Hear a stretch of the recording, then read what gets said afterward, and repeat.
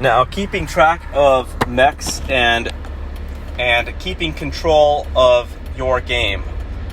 Now, what I mean by this is, have you ever noticed how, at least in a Battletech infantry platoon, you have like 3 groups of 7 soldiers, and those are basically just like 3 squads.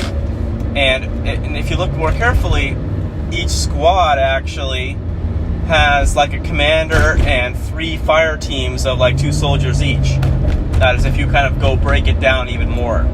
Well, this is kind of similar to the real world, where a commander doesn't have the ability to command too many units at once. So just like in real life, if you go to the office, you'll notice that a manager typically only has a certain number of direct reports.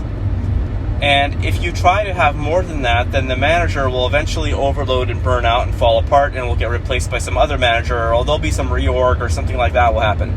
Well, that's true in Battletech as well on the board game, and not just in office real life existence. You don't want to have more than 3 or 4 things going on at the same time on the map. And that way you can kind of optimally run each group. If you do more than that, you will start losing track of what's happening.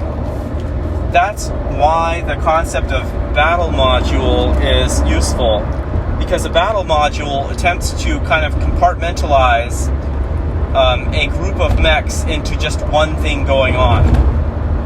So that way you can have a 16,000 battle value game, and it's really an 8,000 battle value group and 2 4,000 battle value groups. What that means is you think of it as 3 things going on.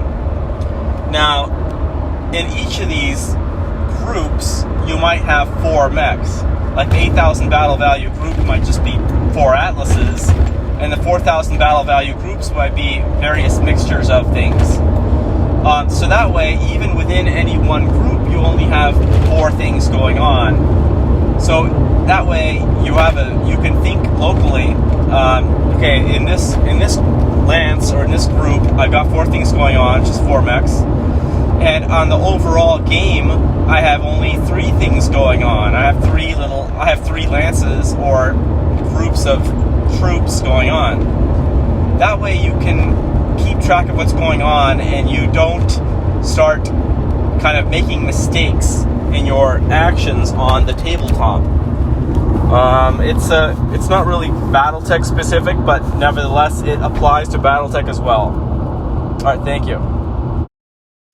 If you enjoyed this video, please go hit the subscribe button at the and that way I'll be motivated to make even more videos.